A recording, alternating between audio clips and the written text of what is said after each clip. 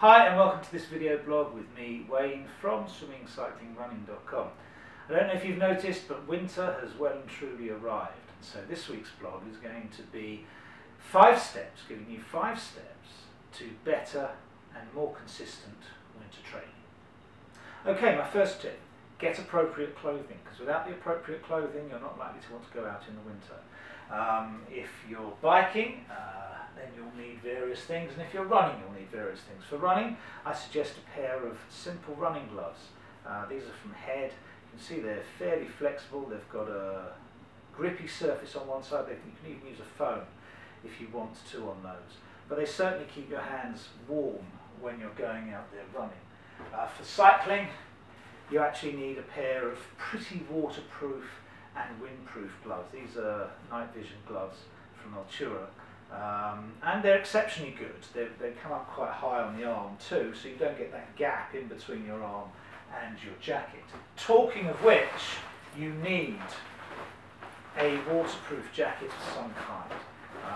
You never know when it's going to rain when you're out there, but if you're going to get waterproof, why not get highly visible as well?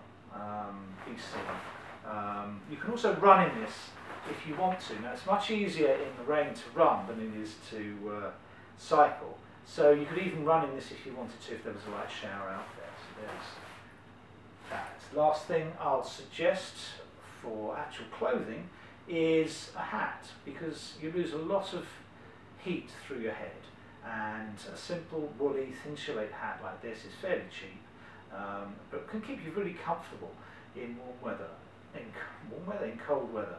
So just take it off if you get hot, put it in your pocket, but that will actually keep you warm if you get stuck out. Lastly, a pair of highly visible goggles. When I say highly visible, these lenses are sort of night lenses, so they protect your eyes, but in dark or dingy weather you can actually see pretty well with them. So there you go. My tips for good clothing. Apart from that, socks are exceptionally important, but you'll actually need them depending on how cold your feet get. My feet get pretty cold, so I'll tend to own 2 or 3 pairs. But your feet might not, so you might just want to wear 1 pair when you're out running or cycling. Okay, my tip number 2. Be prepared to change your plan. No plan should be written in stone that's so inflexible that you can't do anything else. So, if you wake up as we did last Sunday, and it's tipping it down with rain, and you realise that 3-hour ride you were going to do just isn't feasible, get on the turbo.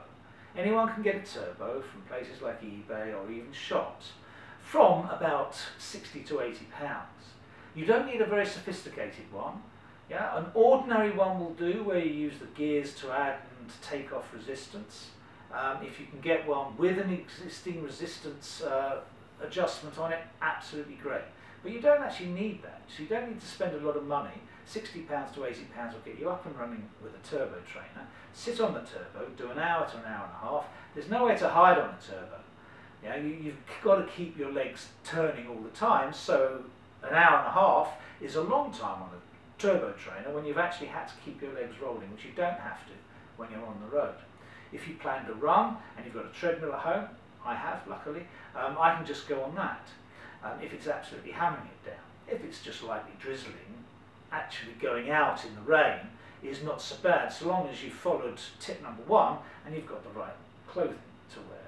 If you've got the right clothing to wear, a run's not going to be too bad in slight drizzle, but it is absolutely hammering it down.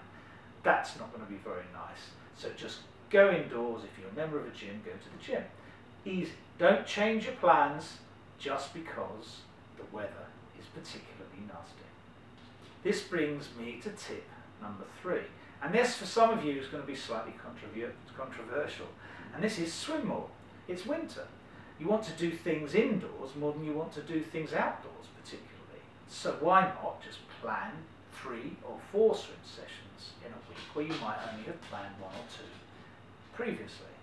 And what that does for you, it improves your swimming dramatically. If you do 3 instead of 2 swims a week, you will improve your swimming. And if you get that up to 4, you'll improve your swimming even more. But it mentally gets into your head that something you've planned is definitely going to be done. And if something you plan is definitely going to be done, your training plan in total, mentally, is actually working for you. If you plan lots of things you can't do because of the weather, then your training mental plan says, oh, I'm not doing it, I'm just not getting it done. Plan to swim and you'll definitely get it done, because there's very few days when you actually can't get to the pool and get a good swim. Right, number 4, tip number 4, there's only one after this. Tip number 4 is to try and make sure that you don't get bored whilst you're training.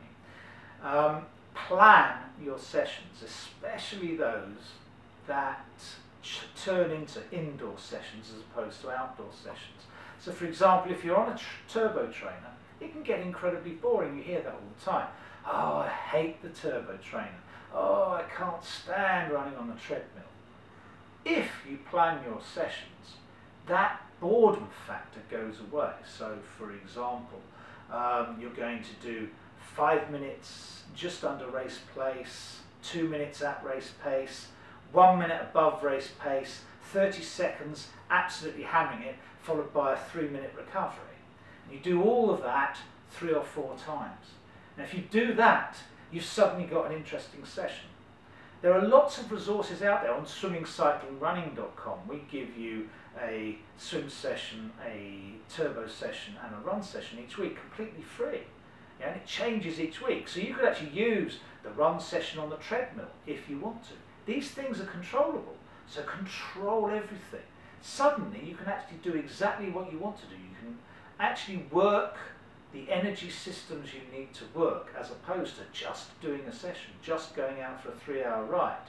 Yeah? Suddenly you can actually control every single thing. You can run a track session on a treadmill absolutely right for what you want to actually exercise. All the energy systems can be actually planned in advance. And if you do that, the boredom of these machines goes away completely. A 1-hour session just flies by. I like the turbo because I plan a session and it just flies by. 1 hour's gone. And that's the way you want training to be. So if you plan your sessions, both in swimming, cycling and running, you'll actually get much more out of each session, and you'll enjoy each session much more throughout the winter. We now come to my final tip, tip number 5, and this is quite important. In fact, it's probably the most important one of all. And that is, don't put yourself in danger. It might sound easy and clear why you shouldn't put yourself in danger, but I'm talking about things like if it's snowing outside and roads are likely to be overswept with snow, then don't go out running simply because you might not be able to see where one obstacle stops and another one starts, such as a curb ending. Now if you go off a curb ending on the side of your foot, you could at worst break a leg, but at best you're going to come off with a sprained ankle or something very similar. It's just not worth doing for a training exercise. Go indoors and do that. If you're riding a bike, it's always sensible to have some kind of lighting with you. Depending on which bike you're on, I have a winter and a summer bike, or a commuting and a summer bike. The commuting bike has loads of lights on it. It has 2 on the front, 2 on the back. Plus, I always have this on me, which is on my helmet. And it's just a very, very highly visible flashing light that if I'm on my racing bike, which is unusual in the winter, if I'm on my racing bike that doesn't have lights on it, at least I can actually light this up and I'll be seen wherever I go. That is so important. When it begins to rain or begins to snow or does anything like that, drivers become partially blind.